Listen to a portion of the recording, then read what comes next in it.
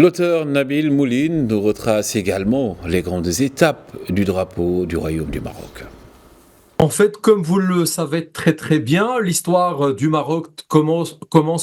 entre le 6e et le 7e siècle avant Jésus-Christ, à la faveur de la rencontre avec les Phéniciens. Depuis, un certain nombre d'entités politico-religieuses se sont partagées le territoire marocain, depuis les morts au 3e, 4e siècle jusqu'aux Yéfranides au 10e siècle, en passant par différents émirats, notamment durant l'époque islamique, les Idrissides, les Banu Saleh, les Banu Midrar, etc. Mais l'État marocain ne voit le jour en tant que tel qu'au XIe siècle avec les Almoravides, fondateurs de la première capitale nationale, Marrakech. Et c'est cette dynastie impériale, la première dynastie impériale en fait, qui va doter le pays d'un certain nombre de symboles politiques, notamment le drapeau. Et justement, les Almoravides qui militaient en faveur d'un pan-islamisme, si j'ose dire,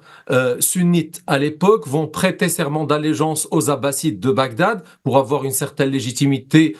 pour gouverner le Maroc. Ils vont par conséquent adopter un drapeau noir frappé de la profession de foi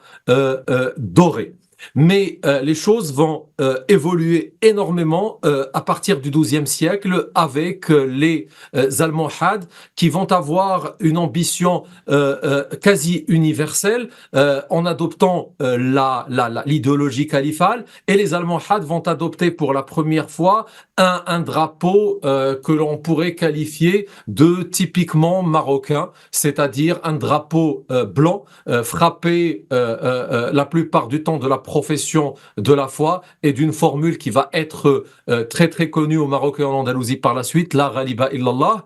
Et ce drapeau qui va être baptisé le drapeau victorieux, Al-Alam al-Mansour, va devenir l'emblème par excellence de l'empire marocain entre le XIIe et le XVIIe siècle, vu qu'il va être adopté par les dynasties qui vont succéder aux Almohades, les Mérinides, les Ouattasides et les Zaïdanides, les Saadiens de l'histoire traditionnelle. D'ailleurs, ces Zaïdanides qui vont gouverner le Maroc et une grande partie de l'Afrique de l'Ouest durant les 16e et 17e siècles vont utiliser le drapeau blanc comme un emblème d'indépendance pour prouver